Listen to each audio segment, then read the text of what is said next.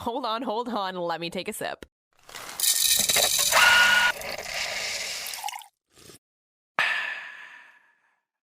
All right, so we're halfway through the work week. We're here. We're here. Weird News Wednesday, one of our favorite days. Are we starting with that or ending with that? We end with that Okay, that's what I usually. like. Yeah. I was like, we don't ruin the format. It's too early in the day. Okay. No, but you've got a story you wanted to share with everybody. Yes, I do. I had the weirdest thing happen to me. I doubt that. Yeah, thanks. Thank you.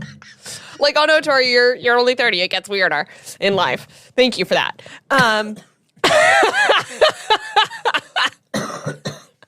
I've just been involved in so many weird situations. I don't think you could throw me. That's true. But let's bring it. This was a weird one. So I was at the grocery store and just getting a couple of things to bake that I've needed at home, whatever. And I'm standing in the baking aisle, and I will say I was in yoga pants and like a cropped sweatshirt. It was just what was on my floor going, before I left. And the aisles are pretty wide, enough for like two people to pass with a cart. Yeah, you're not no a large problem. human. No. Well, so I found out. I had a very small in stature, creepy old lady in her massive orthotic shoes walk past me within 4 inches of my face and whisper, "You look like a child." And then just kept walking. All right, that's pretty weird. And I still don't know what she meant. And I didn't know if I should go run after her and be like, "I'm sorry, is it the way I'm dressed? You're like, but I am a child. Is it mentally? Is it so because I'm not wearing makeup? I just would never offer that to anyone, regardless of what they look like and who they were. You look like a child. What if you were?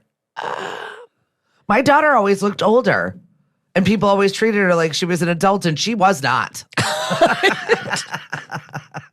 Like the one time she got yelled at in an Easter egg hunt that I dubbed the Hunger Games. Oh my God. Screamed at, like in the face of. And my daughter was like, "I'm 12. So yeah, I feel like this day and age, you can't tell how old someone is really. Here's so many things about it though that bothered me Also, or I that were confusing. never would have wagered that opinion to someone. Did you need to be 4 inches from my face? That's weird.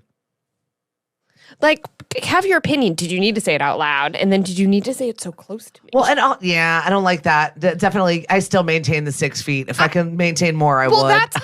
Are you, as a little old lady in your orthotic shoes, not concerned about being in some stranger's presence? Clearly not. Her shoes will protect her. My coffee. And then what did you mean? Like, is it the way I'm I'm open to feedback. You're giving here. this too much weight, but I'm glad that we're talking about it because it's just weird enough to have a great conversation about what she actually meant. Maybe you look like her granddaughter. Maybe she thought that, You look like a child. I don't know if it's the way I was dressed. Like, you look like you're clearly 30 and you're trying to dress like a Gen Zer. So, like, you look like a child. Yeah, but who is she to call out? I don't know. Listen, Nana, we didn't ask for your opinion. Also, maintain your distance. I want to be like, your shoes are too big. You're bold. Yeah. Like, what do you I don't want to be disrespectful. I can't say anything back. But it was, what was it? Is it because I was in the baking aisle? Like, what? So it was too drive-by enough for your brain to process a good comeback there? Yeah, entirely. I feel like we should always have a good comeback at the hip that is good for any sort of insult. Again, I didn't even want to come back. I just wanted to understand. Again, open to feedback, open to criticism. No, I want to come back just because I want her to have the same conversation in her brain for the rest of the day, regardless of where her dementia lies. And then I wanted to avoid her for the rest of my grocery store trip. So then I had to go to the dairy section and saw her over there and waited because I was like, I'm not doing this again. Wow. Things that happen in Yarmouth. Yeah, I like that though. That's at least made it interesting, right? It was a thought-provoking grocery store trip for you, right? Just trying to get a cup of sugar. Yeah. Yeah, for me, I would have been like, oh, I had so much material. I'm like working up a whole stand-up routine in there. And you're like, but what did I wear? What was I do? But what did I do? But what about did she mean my legs? Yeah, totally. I was like, are you telling me I'm skinny? Is that what you mean? Do I look old? Do I look too old for this outfit? Yeah. Do I look young? Yeah. I want a full understanding. Oh no, I've already written a whole episode of a TV sitcom about it. That's fine. That's great. I like it. Thank you for sharing. Speaking of TVs and sitcoms, can we get into what's roasting? Absolutely. Let's Did do it. I need to ask you about anything? I don't think so. Okay. No. Okay. Just because it's a great segue. Yeah. Tiger King, Carole Baskin, is closing down her big cat rescue. Well, there's a reason why. She can't afford it anymore. Exactly. That, and she doesn't want to waste their funds. I love how she had this conversation where she's like, she's got less and less cats because they're not accepting more cats. Well, they can't anymore. A law came into effect where they are not allowed to take them in. Yeah. Big Cat Public Safety Act. Federal law signed last year that prohibits private ownership of big cats, including lions, tigers, cougars, cheetahs, leopards, and hybrid breeds, which clearly is because people saw Tiger King and were stupid enough to go then get a cat. I think that they were trying to already do away with those laws just because of people like Joe Exotic, who's running for president from jail. We'll just leave that as it is. I don't think I need to say more on that. I think you can write him in jail and he'll respond. Yeah, of course. He's running for president. He's got a whole campaign in there. It's insane. Is he still married? I can't keep up with him. No, not to that guy. Is he married to somebody else from jail? Else in prison. We did. We talked about this last season. Yeah. Just keep up, Tori. I usually, when I'm having a conversation about Joe Exotic, it's in one ear and out the other because it's just such nonsense. Yes. It's laughable. It's like a punchline of a joke I can't remember. Yes. You know what happened is that show came out at such a time where we had no opportunity but to invest. It was absolutely. That was it. Yep. It would have been a nothing burger, except we were all stuck at home and then not enough people seemed to realize the joke. Yeah, but we were all sitting there watching it going, wait. No, I don't think enough people were sitting there watching this going, this is hysterical and a joke and a bad idea. I think more people got invested in the story and the characters and took things way too far. Maybe. I mean, there was like a full-fledged new investigation in Carole Baskin on whether or not she killed her husband. She definitely did. Well, she can't afford her cats anymore.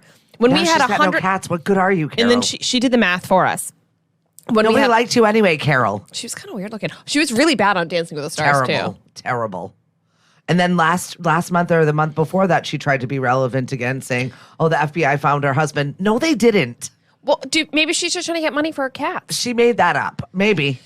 When we had 100 cats, that was $1.5 million in overhead, which was $15,000 per cat. This is the math I don't understand. At 41 cats, it's over $36,000 per cat.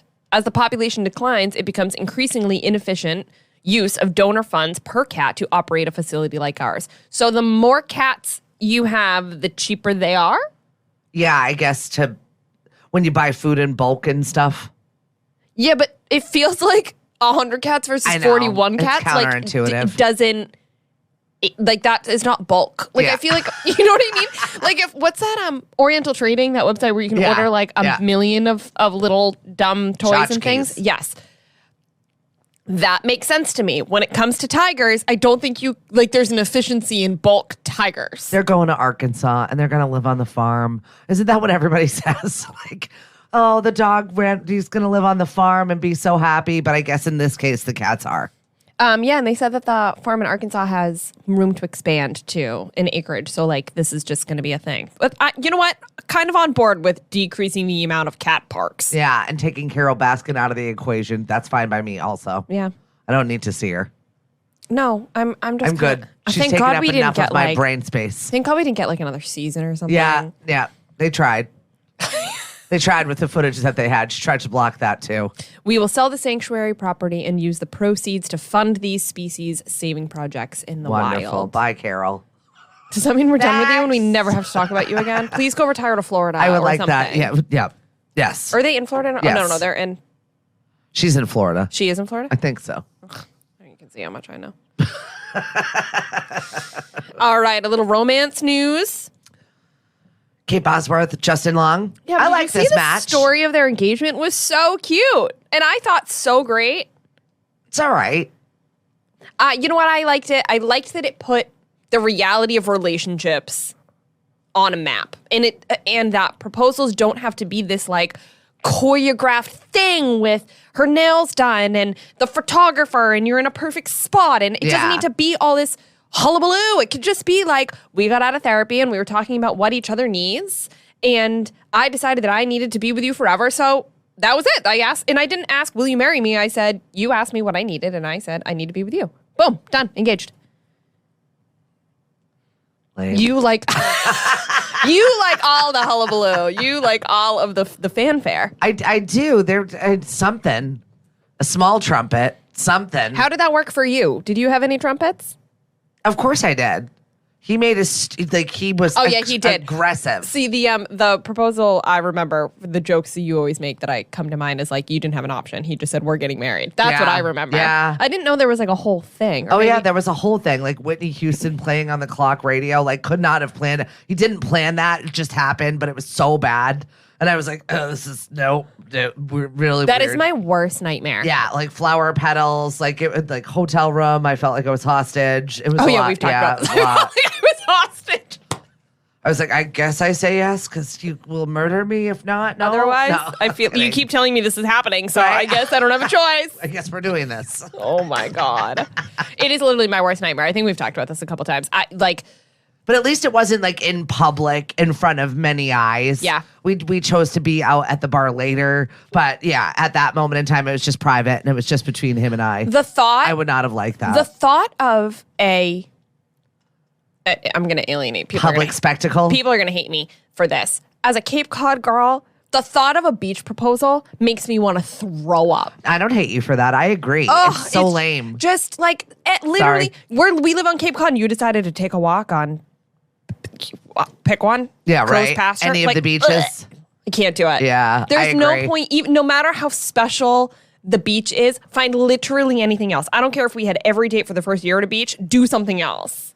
I kind of agree with you on that one. I just can't do it. I meet there with you. The other one I refuse to partake in is like the slide the box over the dinner table. Yeah. Or like it's in the dessert. Yeah, no, don't hide the ring in food. No. Please don't. It grosses me out. The thought of that too, I just can't stand. Don't put it in a champagne bottle. It's like double dare. Like if I have to dig into my food for things, or if I'm going to accidentally swallow something, I don't think that's great either. I mean, not me trying to plan a hypothetical proposal. As they say, you're very, very single. But that being said, you know what? It's because I just see everybody getting engaged, and you see all the different things in your news feed. Well, actually, now my demographic is all having babies, but past 6 years ago when they were all getting engaged, it was like, keep scrolling. I can't see it anymore. Yeah, I can't do it. I know. I don't. My best friend, pretty much all my best friends proposed on a beach too, and my older brother, and I'm like, bleh. Yeah, you're like, unoriginal. No, just for us, for where we live. How about you just say, "What's up? Should we put it in ink?" And I say, "Great, let's talk about a prenup." And you can just like toss me something sparkly across the room. I love that you said, "Let's talk about a prenup," because you have nothing and live with your dad. Thank you, jerk. Talk. I'm like, so you would lose in a prenup situation, is what I'm saying. You want that money. I'm not going to discuss my financial situation on a podcast for everybody to hear. Prenups are for everybody's protection. Yeah. Yes. Okay. You're such a loser. Moving on back to other engagement, non-engagement, romance news. Are they together? Are they not together? We don't know. Do I even care? Yeah, we kind of care. Do we? Yeah, we kind of do. Machine Gun Kelly and Megan? I just want to know how she took the ring off. I really want to know. It was supposed to be spiky and that it was going to like rip your finger off if you try and take it. I want to know how she got it off. Yeah, we want to know. She still has her finger, so this is BS. But apparently they were seen in Hawaii, but they weren't affectionate with each other. They weren't touching. They were just sitting at dinner talking. Then they took a walk on a beach. I'm like, yeah, MJ Kelly and never mind. We know. Them. Those two. If they're not like attached at the hip and sucking on each other's faces, then they're definitely not together. No. So, yeah. I mean, they definitely probably work together at the end of the night. You can guarantee that. But that's it. That twin flame has been relit. I don't know. Maybe they just decided to have a closure conversation in Hawaii. I don't begin to know what celebrities have on their brain other than, that's it. It totally is. Different level of fame than I can. One last bang. One last check-in. So, why are you over there saying that like you speak from experience? You done that? Gone back for one? God, no. That was never good for my first. It's more of a lay there as an over. You never had oh my God. This is so personal. You never had somebody that you were like, okay, this is definitely over, but I'm going to do that just one more time. Yeah, I did. The one before him. Yeah. And then I realized, I was like, okay, yeah, I remember it was not worth it. I just wanted to just focus on it and be like, okay, yep, we're good here. Thank you. Now I remembered why. Shake hands. Oh my God, shake hands. No, it wasn't that bad, but it was also not great. So I'm good. I'm right where I belong. Yeah, but weren't you super young? You don't really know what you're doing when you're that age. Well, it was complicated. The situation was complicated. Sounds like there are details here I don't need to know. No, well, yeah, just not for this pod. Got it. That's a whole story. Like this would take a trajectory. We'll be here an hour. Different pod. A lot of explaining to do. Got it. Mm-hmm. Got it. And an admittance that I really don't need for everyone. I'm trying to think if I have anybody that I like rounded back on. I don't think so. That was it. I mean, it's not really a skeleton, but I'm trying to think like maybe one. Did I know it was Dunzo? you're like, just one more lick of this ice cream. Or I call it the totally unnecessary drink at the end of the night. The way you phrase that. I didn't mean to. So I glossed over it to next. All right, we're moving on. Next. All right. So can we talk? Not that Tori and I are both not sports people. Sorry, I'm processing that. She's curled up in a ball in her car seat over here. Hold, please. You're being so mean to me today. I'm grouchy. Yeah, a lot going on. You're taking it out on me. I don't mean to. All right, let's Accept my apology. Let's talk about women's basketball since I have no idea. Well, that's exactly it. So we could talk about our women's basketball national championship was won. So much fanfare for this. I heard that, and this could be totally incorrect, but I heard that it was one of the most watched sports events in history between all sports ever. Yes. Crazy. And Angel Reese got a FaceTime with Lil Wayne before Casual. Right before the basketball game. So this is how serious people have been following this story. But I think the viewership is because it was multi-generational. You had people that were really interested in sports that were interested in this game watching. You had obviously everybody that typically watches sports, and now this is on a national stage. And then I'm pretty sure these girls are all TikTok famous. So they have the entire Gen Z. And who do we know who's behind Gen Z now? Are they all Gen Z? It doesn't matter. We have all the entire younger demographic all watching because they know these girls from social platforms. Yeah, and you can't leave behind Kim Mulkey's fashion, their coach, who it's outrageous. Really, some of the I didn't outfits. see any of that. Oh, Tori, you're the fashionista. Pull up Kim Mulkey and just go to images just so you can see what we're working with here. Because basically she's a sideshow in and of herself. Oh, damn. Right? She is like bringing Southern clown to a whole nother level. Yeah, but I kind of love it. Oh, I absolutely love it. You coach a girls team. Yeah, Like, well, she's an Olympian, by the way. She herself is fabulous and has been coaching. She coached Baylor for oh my God, to a you know championship. What? It's so unapologetic. Yeah, she just doesn't care. And she's so expressive and so loud when she is on the coaching sideline. Like she walks the walk when you're wearing an outfit like that. It's amazing. You got to be able to show up personality-wise. And it was just like a combination of all of that. And her guess girls what? have personality. She's got personality. Yeah, guess what? You get shit done, apparently. It's larger than life. Amazing. By the way, she got a $150,000 bonus for winning the national championship. That's it. Where the men's team got $400,000 for the national championship. That's it. And I get it. It's number-wise and it's attendance-wise. But now you don't watch. It is not one of the biggest watch sports events across demographics in history. Right. And then for you to get that payout. Right. Mm-mm. I mean, that is you just what it is. You changed the contract. Yeah. So that's that going forward. That's what we need to do is be supporting more female sports is what I've talked about. Whether that it's the WNBA is salivating to get these girls into the league because this is going to ignite a whole new viewership. Yeah. And more money for everyone. They changed the laws though, so girls that are playing collegiate sports can now get paid. And I think there was conversation that these girls can actually get paid more money when they stay in college than they can if they go to the WNBA. Yeah. So they might play out their eligibility and continue to make money, which is smart. But it also just goes to show you, like, okay, if you're saying that private colleges will end up paying these girls more or universities than the National Basketball Association or whatever you want to call it, just goes to show you, like, the dichotomy between where women's sports actually is and then where it is valued financially. I just didn't like the narrative of the conversation where women should basically be seen and not heard. It was, they were being obnoxious. Oh, all of the different... Yeah, I saw a little bit of that. All of the different pieces. I don't even know. So Caitlin Clark started this whole thing.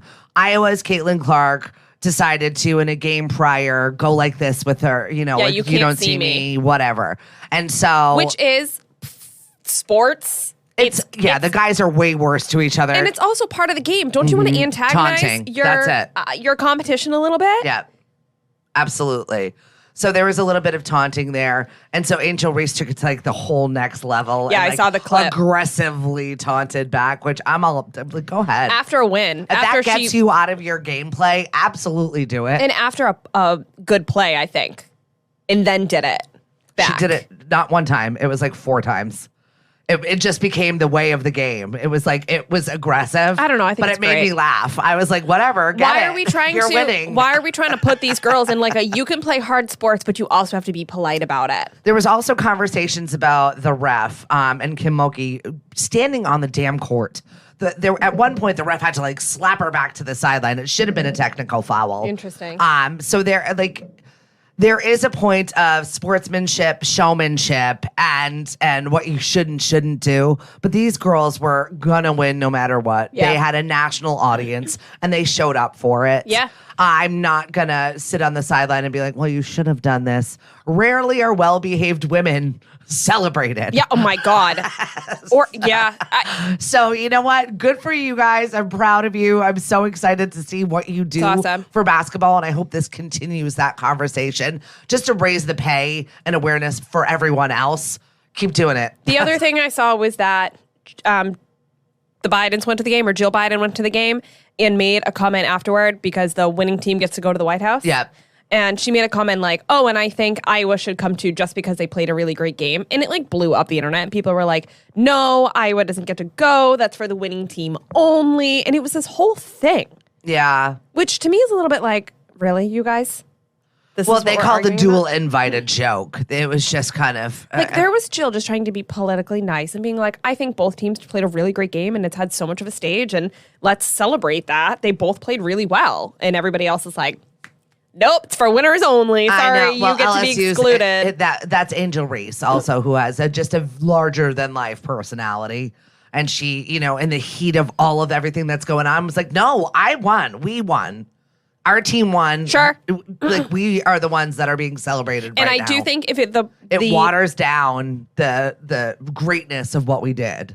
I agree with that, but I also think too, there are moments to keep your mouth shut and have grace. And like that could have been one. You didn't have to open your mouth and be like, no, it's for winners only. I know. Like, who cares? You still win. Yeah. And you're still going to play again. But here we are talking about it. So she won again. That's true. Yeah. Poor Jill was like, I just meant that everybody played really well. And yeah. Well, you can't play both sides. I'm trying to support women and like women's athletes and in women's sports because this was a really great thing. And they're like, nope, sorry. Losers going to be losers. Like, oh, okay. Never mind. That is this team, though. That they've got an energy about them that it will not be denied. Okay, and it sometimes just take your moment. I wonder what the conversation would be if they were not women. I don't think this would have gotten a stage. Well, that was exactly why this has gotten a national platform, and we're sitting here talking about it because people are still on fire, angry about the way they should have behaved or classlessness, and I don't care. Classlessness? Mm-hmm. I'm like, celebrate the way you want to celebrate. Oh my God, have you ever watched soccer? Those guys are freaking brutal. Animals. Or hockey. The point of hockey is literally to beat the shit out of each other. Yeah, right. But a few hand gestures in women's basketball is going to cause a whole upset. And trash talking. All of a sudden, we're talking about class. So absolutely, I agree. Go. Speak up for yourself and say what you need to say. And I think from congratulations, LSU. I'm trying to figure out how to phrase this. I would say as a former athlete, there is a complete brain switch that happens when you step into your spot, whether that's a court or a field or for me, it was a stage, right? it is like almost an out of body experience. Everything you do outside in your life, all the cross training, all the eating, all the everything is for that moment. By the time you get into that moment, you are not yourself. You are entirely focused on what you're doing and on that. I can't imagine. It was completely competitive in a different way. So I can't imagine being in a game where there's way more of that competitive dynamic back and forth. It's called adrenaline. Right. It's not you. It's like a junkie. And it takes, it strips away all of the logical thought process of the trajectory of your behavior and brings it right down into the behavior in the moment, because the behavior in the moment is what's important to win. Yeah. Or to function or to get through. Yeah. Right. To do the your task thing. at hand. Yeah. I mean, Whatever it's the same it thing. I talk about this all the time. Like, I had 3 stress fractures in my shins, and I'd be standing in wooden shoes in a corset on stage for 4 hours. Yeah. And then it's just like, blinders on, you just do it. You don't think about the pain. It literally doesn't exist. You just keep going. And all I was doing, it was a completely different thing. It's performers in general. It's when they hit the stage and they don't remember what they said. Or right. Singers. It's just, that moment. I can't. And then you get off and you're like, well, it doesn't make a difference. I have to defend myself because I did the thing, or I don't remember, whatever it is. So it's interesting from my perspective to see all the backlash. Like, I'm sure she doesn't even know if she did it 1, 2, 3, 4, 7 times. She probably has no idea. Yeah. She just went out there, she played her game, she won, she moved on. Yep, exactly. And I don't care. And I'm there for it. Go LSU. Yeah, agreed. So it is time now for some weird news. Love it. Weird News Wednesday. Well, this dovetails nicely into what we were talking about, sexism and whatnot. Oh. A disgruntled shopper wants sexist Big Daddy steaks renamed. Okay. Yep. All right. We're going to unpack this all together. Okay. A horrified Sainsbury, so this story is in the UK, shopper has demanded that the supermarket rename their Big Daddy steak after she spotted it in the shop last week. Absolutely not, first of all. As she believes the name is sexist and misogynistic. How about we have slightly smaller ones that are called Big Mama? Rose Robinson was left appalled when she visited her name is Rose? Yes. Yeah. Okay. Poor Rose spotted the rump steak on sale that was labeled Big Daddy Rump Beef Steak, and she was bewildered at the supermarket's thought process behind it. Does she know that the supermarket is like a buyer, not like a developer? She's 38. She's not even that old. Are the steaks good, though? I don't know. I know. They look pretty good, right? She was just disgusted. Big Daddy Beef Rump Steak. I don't care what you call it. I don't know. It kind of makes sense to me. Right, but she's only 38. She's a mom of 3, insisted it was wrong, unnecessary to involve gender when marketing generic food items, and said there are plenty of other words that could have been used. It's not a generic food item. You're not buying butter or cereal. You're buying steak. Right? You're buying meat. Why are we trying to general neutralize everything? And by the way, are we one of the very few languages that actually does that? Like, French and Spanish have gender everything. Yeah. They have, like, items that are gendered. I mean, things don't make sense. Like, vagina is male in French, which makes no sense to me. Well, that's what I'm saying. Like, there's everything is assigned a gender, sort of, right. But it's not. But apparently in America, we can't even have marketing steaks. L and la, and now we can't say rump steak or Big Daddy because that's sexist. I'm here for it. They called her a steak Karen. Yeah, fully. Or like, okay, then don't buy that brand. It is a weird news story just because Rose decided to take it to Facebook to make her own feelings known as she claimed the steak should be renamed. And also, like, girlfriend, we have bigger problems when it comes to genderizing things. If we're fighting a stereotype, let's fight that stereotype, but let's go for something got a little more juice to it, maybe. No pun intended. No, every pun intended. Thank you. All right, that's all I got. I just love the fact that this poor grocery store had to say something about it, like make a statement. Like they all had to have meetings about how we're going to address this situation. And their spokesperson said, "We strive to be truly inclusive as a retailer where people love to work and shop. Customer feedback is important to us, and we regularly review ranges in line with this." You know, the buyer is like, I just thought it was a good brand. Basically, they said no words, though. Yeah. Other than, we hear you, Karen. Fluff. We appreciate the feedback. And moving on. Now I have to go follow Rose on Facebook because I want to see all of her comments, but she did find herself the target of vicious trolls. Thank God somebody roasted her. Yeah, everyone's like, Oh my God, the puns are so good. I love them. I know. I have to leave this fantastic situation because I can't take it. You can get perky with us Monday, Wednesday, and Friday. Follow us on all the socials, Facebook, Twitter, Instagram, TikTok at The First Shot Morning Show. I am Tori Talks a Lot, and this is Stephanie in the Morning. Hi. Bye. Have a great day. See you Friday. The First Shot Morning Show is produced by Lemonadio. When life gives you lemons, make radio. We encourage everyone to listen happier.com.